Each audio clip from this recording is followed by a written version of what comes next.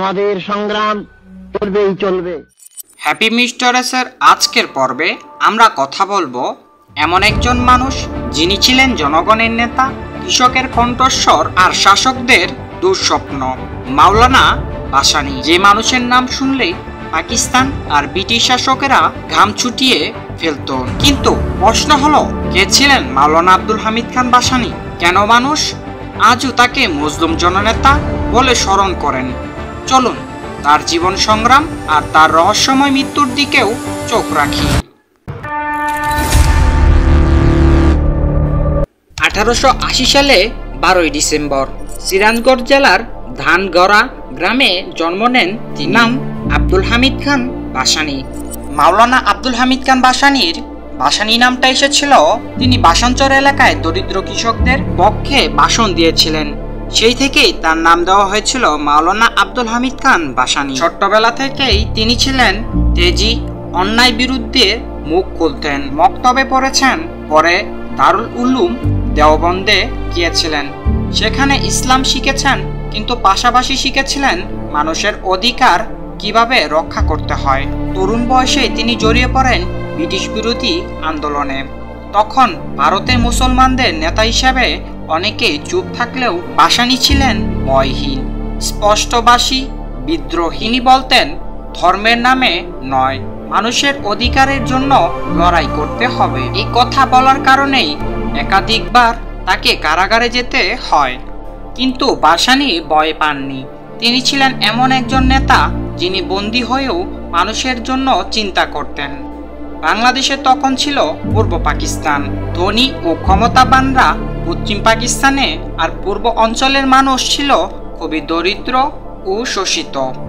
এই অবস্থায় ভাসানী দাঁড়ালেন গরিব কৃষকদের পাশে। খাজনা দিও না আন্দোলন থেকে শুরু হয় লাঙ্গল যার জমি তার। প্রতিটি স্লোগান ছিল জনগণের কণ্ঠস্বর। তিনি গঠন করেন আওয়ামী মুসলিম লীগ, পরে তা পরিবর্তিত হয়ে যায় আওয়ামী লীগ। তার তৈরি করা সেই দলেই পরিবর্তিত দেশের স্বাধীনতার নেতৃত্ব দেয়। কিন্তু ভাসানী নিজে কখনো ক্ষমতা চাননি, তিনি চেয়েছিলেন ন্যায়, সমতা আর মুক্তি। 1957 সালে কাকবাড়িতে ভাসানী এক ভাষণ দিলেন, যেখানে তিনি বলেছিলেন, আসসালামু আলাইকুম পশ্চিম পাকিস্তান। মানে তিনি বুঝে গিয়েছিলেন একদিন পূর্ব পাকিস্তান আলাদা হবে। এই ভবিষ্যৎবাণী সত্যি হয়েছিল 1971 সালে, যখন বাংলাদেশ স্বাধীনতা অর্জন করে। কিন্তু মজার বিষয় হলো, স্বাধীনতার পর তিনি রাজনীতি থেকে কিছুটা দূরে চলে যান। অনেকে বলেন তিনি নতুন ক্ষমতাধরদের ভণ্ডামি সহ করতে পারতেন না, আবার কেউ কেউ বলেন তাকে রাজনৈতিকভাবে একঘরে করে ফেলা হয়েছিল। 1977 সালে 17 নভেম্বর মাওলানা ভাসানী মারা যান, কিন্তু তার মৃত্যু নিয়েও নানা গুজব রয়েছে। অনেকে বলেন তাকে ধীরে ধীরে রাজনীতি থেকে সরিয়ে দেওয়া হয়েছিল, কারণ তিনি সত্য কথা বলতেন, কেন সরকারের পছন্দ ছিল না। আরও অনেকে বলেন তিনি আগেই বুঝে গিয়েছিলেন এ রাজনীতি তার জায়গা না, তবু মৃত্যুর পরেও মানুষ তাকে ভুলতে পারেনি। আজও টাঙ্গাইলের সন্তোষে তার মাজারে হাজার হাজার মানুষ আসে প্রতি বছরই।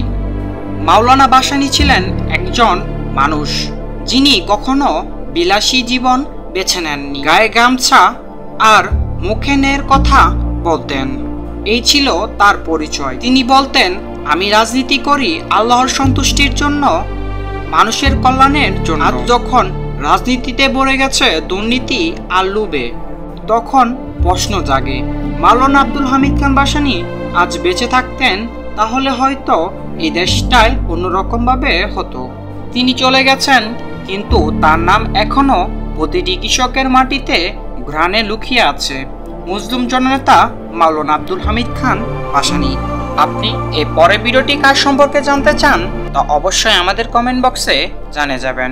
এরকম ইনফরমেটিভ ভিডিও পেতে এবং রহস্যময় ভিডিও পেতে আমাদের চ্যানেলকে সাবস্ক্রাইব করুন। ধন্যবাদ।